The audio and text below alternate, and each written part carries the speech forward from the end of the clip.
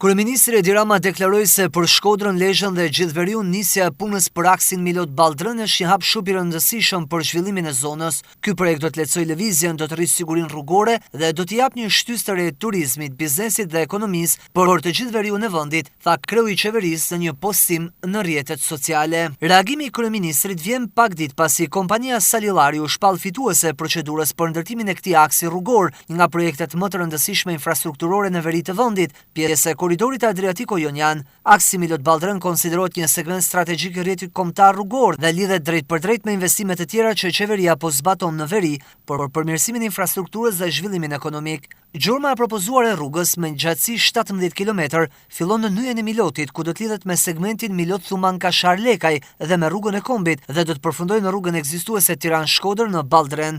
Përgjatë këtij segmenti rrugor do të ketë shumë vepra arti. Urën mbi Lumin Mat me gjatësi 625 metër, urën mbi Drin 225 metër. Gjithashtu do të ketë një tunel me 2 porta me gjatësi nga 850 metër secili krah në malin e Rrencit, që do të shërbejë si bypassi i qytetit të Lezhës për ta devijuar futjen e trafikut të Veriut nga kalimi përmes këtij qyteti.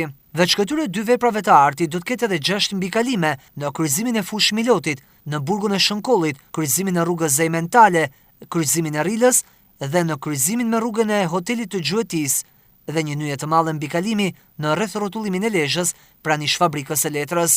Meqense se autostrada do të jetë krejtësisht e mbrojtur nga hyrjet anësore, parashikohet edhe ndërtimi i rrugëve paralele në 2 krahët në zonat e banuara, rrugë këto secila me nga 2 korsi me një gjerësi prej 9 metrash.